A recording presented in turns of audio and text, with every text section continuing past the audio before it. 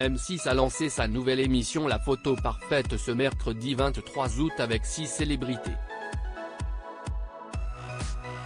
L'épreuve du Crazy Horse aura été fatale à Alizé Lim. Après son élimination, elle s'est confiée à Télé Loisirs. Souriez. Ce mercredi 23 août 2023, M6 a diffusé une nouvelle émission présentée par Stéphane Rothenberg, La Photo Parfaite à 21h10. Le principe, 6 célébrités doivent s'affronter dans des épreuves de photos telles que le portrait ou le nu artistique. À la clé, 10 000 € pour l'association du vainqueur et la publication de son œuvre dans le magazine National Geographic.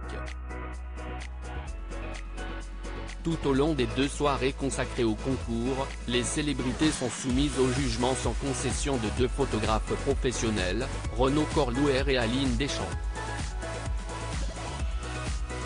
Parmi les personnalités qui ont accepté de relever ce défi, l'ex-mannequin Adriana Karambeu, la danseuse Denitsa Ikonomova, et l'ancienne tenniswoman Alizé Lim.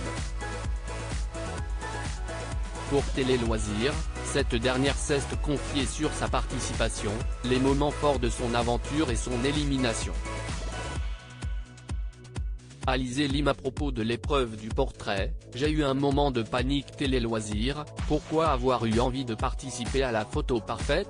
Alizé Lim, la photographie m'a toujours plu.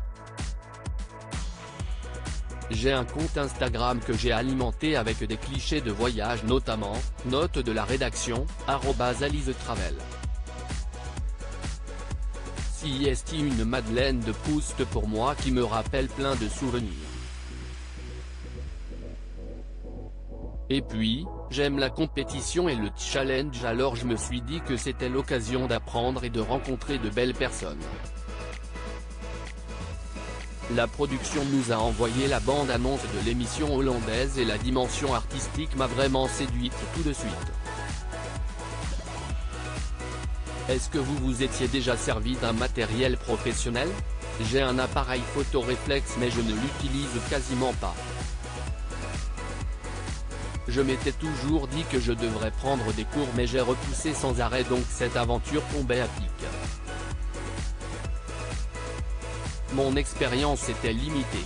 En revanche, j'étais déjà intéressé par la retouche photo avec des applis que j'avais testées. Quels ont été les moments plus compliqués de cette aventure? L'épreuve du portrait qui se déroulait en studio. C'était très technique parce qu'il fallait aussi gérer la lumière. Quand je suis arrivé, le matériel n'était pas du tout installé, donc j'ai eu un moment de panique en me disant que je n'allais peut-être pas réussir à faire une photo.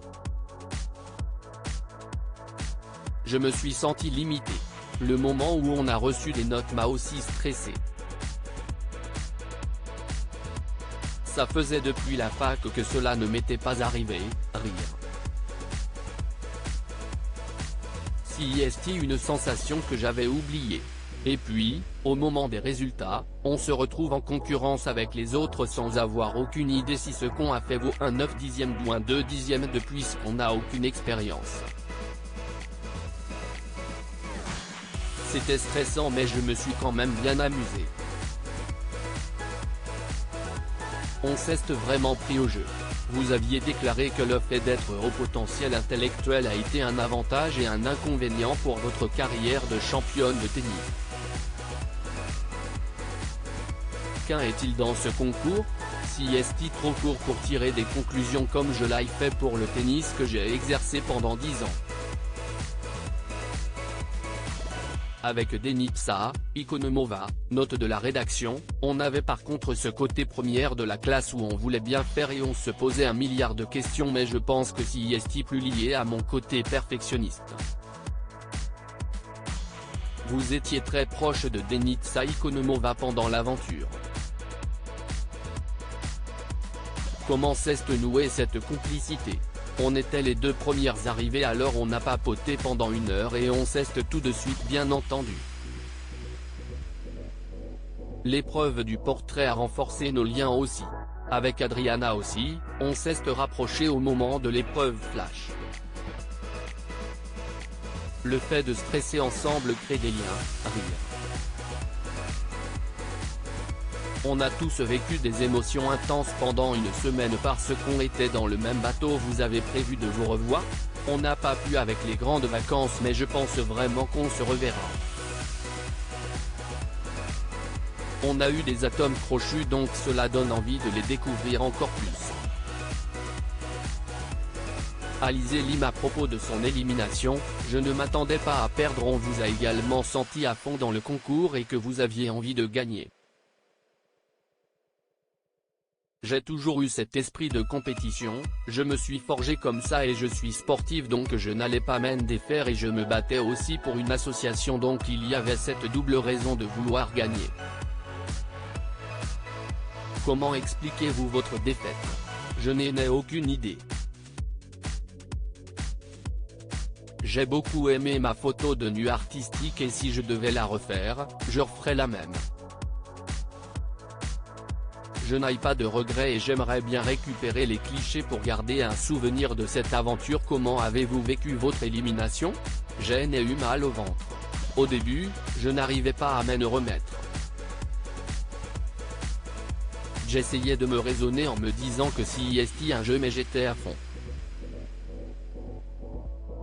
Et je ne m'attendais pas à perdre sur le nu artistique parce que j'aimais beaucoup ma photo.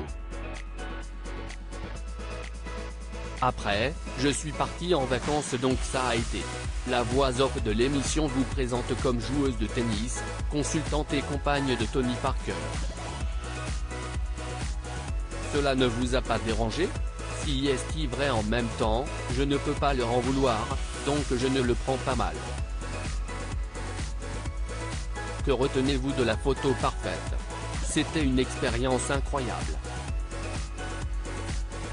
Cela m'a apporté des souvenirs que je n'aurais jamais vécu autrement, comme l'épreuve au Crazy Horse. J'ai hâte de revoir les photos prises lors de l'émission qui me rappelleront tous les souvenirs dont on parlait pendant cette interview. Quels sont vos autres projets? Quand j'étais petite, mon rêve était de jouer la comédie, alors j'ai commencé à me former il y a 3 ans. J'ai tourné mon premier film en parallèle de la photo parfaite. Si c'est un film à petit budget, mais ça m'a beaucoup plu et j'espère renouveler cette expérience. Je continue aussi la présentation sur Eurosport et le tennis en tant que joueuse avec les championnats de France par équipe cet hiver.